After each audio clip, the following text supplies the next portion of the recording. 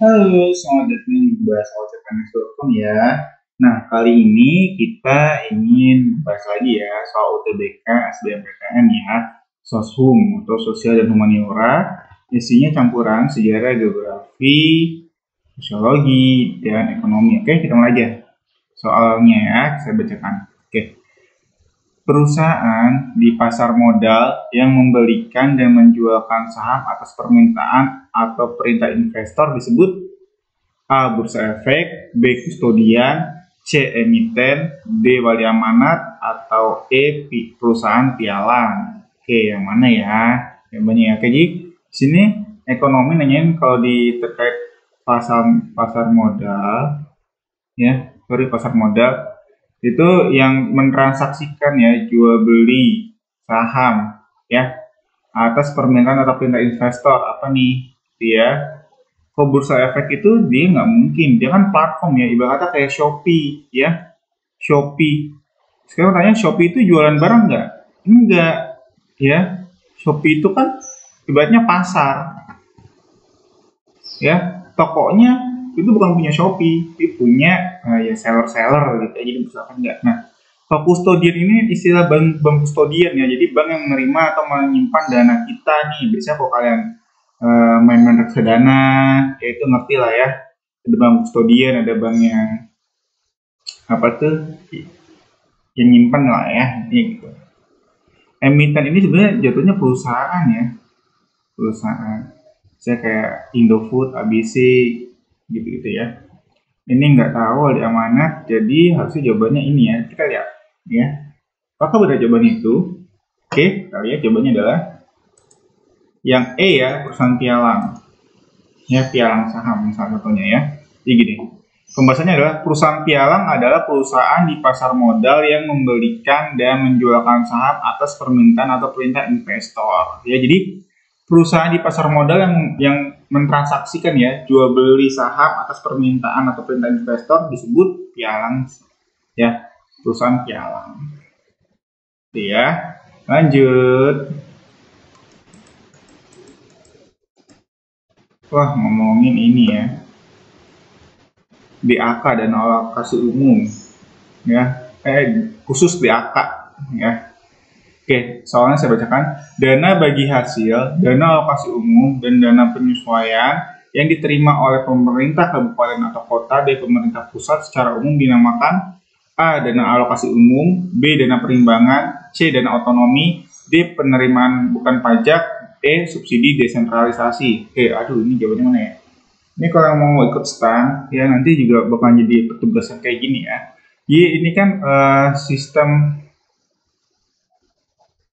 otonomi ya, otonomi itu katanya dengan desentralisasi. Nah, kadang-kadang kan gini teman, kalian coba deh baca-baca deh tentang APBN ya. Jadi misalnya kalau daerah itu punya minyak 100%, itu dia nyetor ke pusat dulu ya. 100%-nya ke pusat, nanti di pusat dikembalikan dananya misalnya 40% ya. Nah, jadi gitu. Ya, misalnya ada tambang minyak 100% keuntungannya di misal Palembang, kemudian atau di Riau, kemudian dia nggak langsung nikmatin, tapi dia dikirim ke pusat dulu, nanti ke pusat ditransfer balik dengan perbandingan tertentu gitu ya. Nah, itu apa namanya ya? Nah, kita lihat pilihan jawabannya ya. A. Dana alokasi umum, B. Dana perimbangan, C. Dana otonomi, D. Penerimaan negara bukan pajak, atau E. Subsidi desentralisasi. Oke, kalau PNBP bukan nih ya. PNBP itu bukan ya. Ya, ini bukan ya. Ini nah, istilahnya PNBP.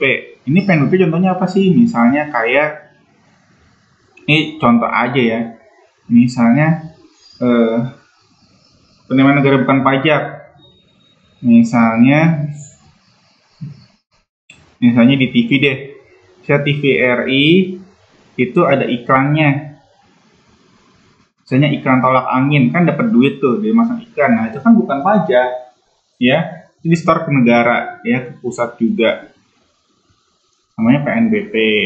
Kemudian misalnya eh, Misalnya kan kayak di balai, kalau yang IPA ya, di balai-balai misalnya balai pertanian itu kan suka ada tuh, misalnya kalau kalian mau skripsi nanti ya, terkait pertanian tuh ada namanya misalnya balai, ada ini lab, sorry, bentar. Laboratorium. Nah, laboratorium ini bisa menguji misalnya pH tanah. Nah, kalian kan kesana bayar nih, misalnya per sampel 50.000. Nah, 50.000 itu masuknya ke PNBP, ya, penghasilan instansi negara, bukan dari pajak gitu ya. Jadi yang itu nggak mungkin kayaknya ya. Ini yang lain namanya agak-agak ini ya. Aduh, ini mirip-mirip banget ya. Nggak tahu teori dasarnya susah. Jadi apakah ini jawabannya? Kita lihat ya. Pembahasannya oke. Oh benar ya, dana perimbangan ya. Oke. Soalnya gini, kalau ada dana alokasi khusus, lawannya itu dana alokasi umum. Ya jadi ini nggak mungkin. Dana otonomi ini baru pernah dengar ya. Ini juga nggak pernah ya subsidi desentralisasi ya. Jadi B, dana perimbangan ya. Dana perimbangan untuk daerah. Pembahasannya adalah dana perimbangan adalah dana yang bersumber dari pendapatan APBN yang dialokasikan kepada daerah otonom untuk mendanai kebutuhan daerah dalam rangka pelaksanaan desentralisasi. Jumlah dana perimbangan ditetapkan setiap tahun anggaran dalam APBN. Dana perimbangan terdiri dari dana bagi hasil, dana alokasi khusus, dan dana penyesuaian ya. Ini penting ya. Buat apa nih? Ya, buat apa? Ya buat BPJS misalnya ya, BPJS daerah dia, BPJS kesehatan, kemudian buat gaji PNS-nya ya, PNS Pemda gitu ya. Buat bayar dari mana ya? Dari APBD pastinya ya. Gitu. Oke, lanjut. Oke, semangat ya. Yuk subscribe yuk, dukung kami ya. Dengan cara subscribe, gratis kok. Oke, lanjut lagi yuk kita belajar ya. Oke. Di antara ketentuan di bawah ini yang merupakan contoh kebijakan fiskal untuk mengatasi inflasi adalah A. Kenaikan tarif bagi kendaraan yang melintas jalan tol. B. Pemberian kelonggaran pajak bagi perusahaan baru. C. Kenaikan suku bunga SBI, suku bunga surat Bank Indonesia 1 bulan, sertifikat Bank Indonesia 1 bulan. D. Perubahan giro wajib minimum bagi bank-bank. E. Keharusan BUMN untuk menyetor sebagian labanya ke kas negara. Wah, ini ya. Nah, sebenarnya ini ya, ada istilah namanya sebentar. Oke. Jadi ada istilah namanya fees. Bentar ya. Bukannya ada namanya fiskal, ada namanya moneter. Ini selalu menyertai teman-teman. Apa itu? Ya, apa itu?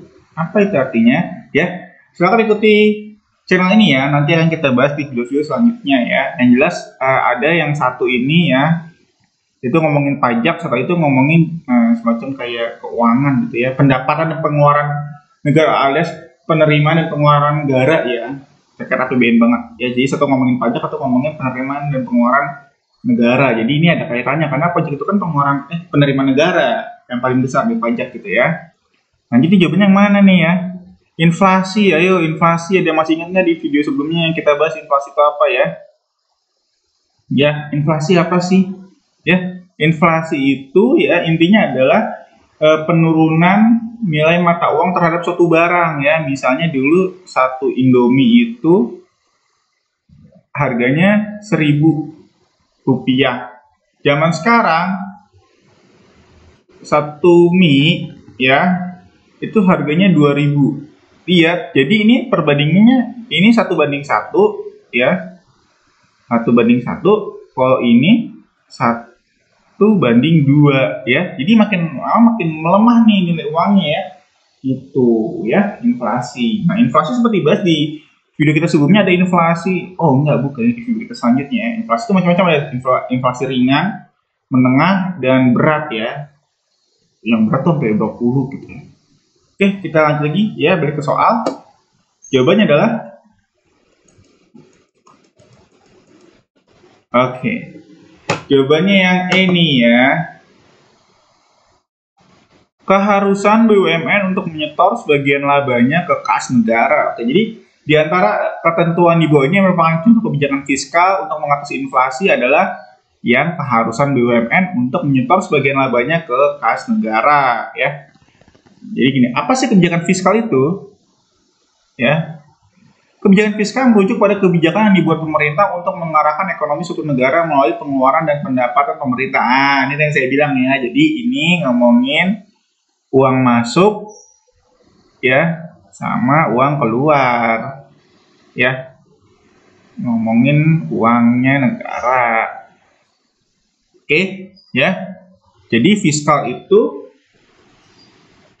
ngomongin uang masuk sama uang keluarnya negara ya, penerimaan dan pengeluaran negara. Oke, contoh kebijakan fiskal untuk mengatasi inflasi adalah keharusan BUMN untuk menyetor sebagian labanya ke kas negara. Ini mah jelas ya. Begitu kita tahu arti fiskal itu apa, oh, fiskal itu ngomongin pengeluaran dan penerimaan uang dalam suatu negara bagi negara gitu ya, penerimaan dan pengeluaran negara gitu ya. Otomatis di sini udah kelihatan teman-teman ya, gitu. Oh, kenaikan tarif bagi kendaraan yang melintas jalan tol, belum tentu suatu jalan tolnya punya swasta ya. Kelonggaran pajak, enggak juga sih gitu ya. Jadi jawabannya yang E ya.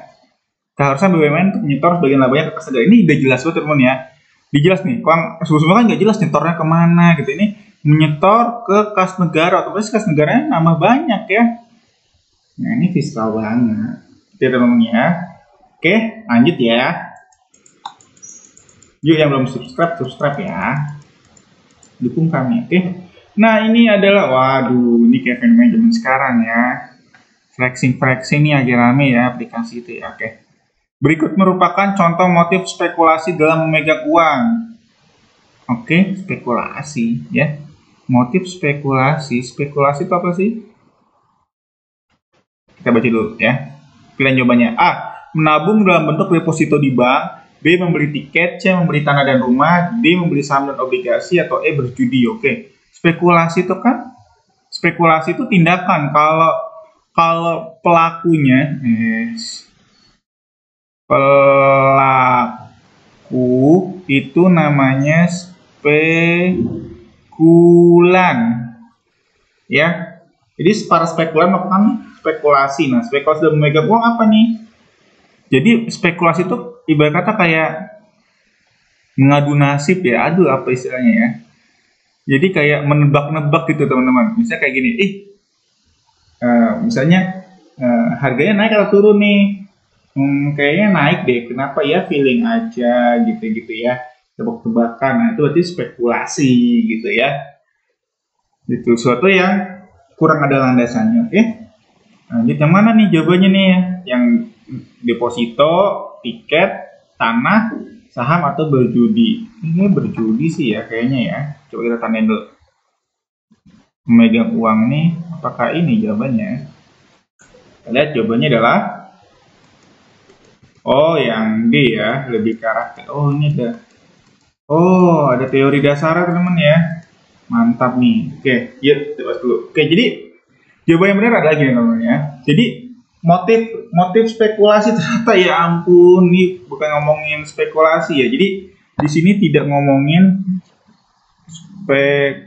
spekulasi. Nah, ini nggak ngomongin ini. Tapi ini ngomongin teori. Ya, teori ekonomi yang ada namanya itu adalah motif spekulasi. Nah, oleh karena itu teman-teman ya, kan tuh banyak baca, banyak latihan ya. Biar apa? Terus dibahas juga biar apa? Biar tahu istilah-istilah ini. Kalau kayak tadi kita ya, coba ya. Motif spekulasi kita anggap sebagai spekulasi aja, itu tuh salah ya.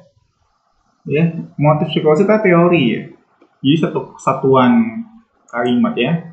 Kita lihat. Oke, jadi ada namanya teori Keynes ya, teori Keynes.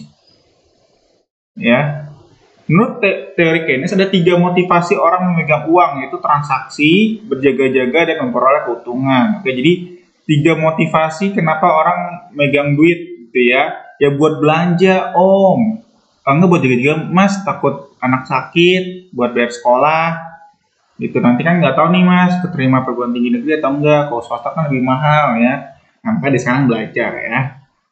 Dan memperoleh keuntungan, nah, ini diinvestasikan. Oke. Nah, contohnya apa nih? Misalnya gini, motif transaksi. Apa itu motif transaksi dalam teori Keynes ya? Apa itu motif transaksi adalah motif masyarakat memegang uang dengan tujuan untuk mempermudah kegiatan transaksi sehari-hari. Contohnya membeli makanan, bayar kebutuhan, bayar biaya pendidikan, atau transaksi jual beli ya. Udah jelas ini namanya transaksi ya, buat dibelanjakan ya, buat beli sayur ya, buat beli sayur gitu. Oke. Nah, motif berjaga-jaga maksudnya apa? Motivasi memegang uang itu motif berjaga-jaga apa? Artinya adalah motif untuk persiapan menghadapi hal-hal yang tidak diinginkan atau yang tidak terduga. Misalnya membeli asuransi, menyimpan uang untuk membeli obat ketika nanti akan sakit ya. Jadi buat jaga-jaga nih. Ya. Jadi masa depan ya. Takut masa depan. Aduh, ini nih lagi pandemi gini, takut sakit, harus ngisiin uang nih, megang duit buat PCR gitu ya. Kemudian terakhir ada motif mendapatkan keuntungan atau spekulasi. Nah ini ya, motif mendapatkan keuntungan atau namanya spekulasi. Oke, misalnya digunakan untuk membeli surat berharga seperti obligasi dan saham. Oke, membeli ketika harga turun dan menjual ketika harga naik atau sedang tinggi dengan harapan mendapatkan keuntungan. Nah nih ya, kita bilang spekulasi itu kan nebak-nebak, ngira-ngira gitu ya, belum jelas gitu ya. Jadi ini kira-kira masa depan. Spekulasi bahasa gampang gitu ya. Gitu. Wah, beli saham nih, misalnya saham Unilever di harga 4.000 per lembarnya. Kemudian harapan kita bulan depan udah jadi 4.100 per lembarnya ya. Kan tapi harapan. Harapan.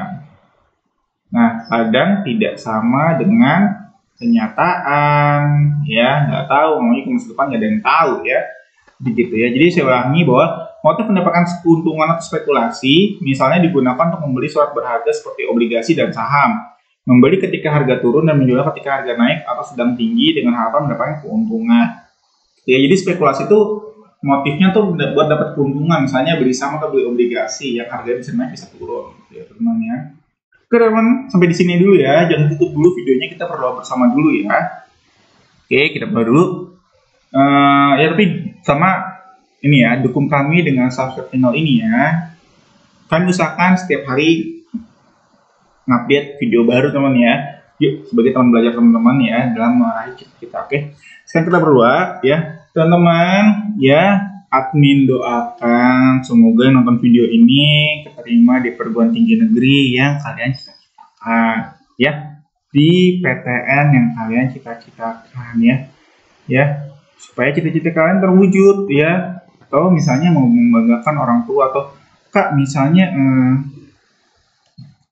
orang tua saya ekonominya ya kurang kuat ya, jadi kalau di swasta saya agak berat ya udah masuk PTN di pemerintah ya, beasiswanya gitu ya.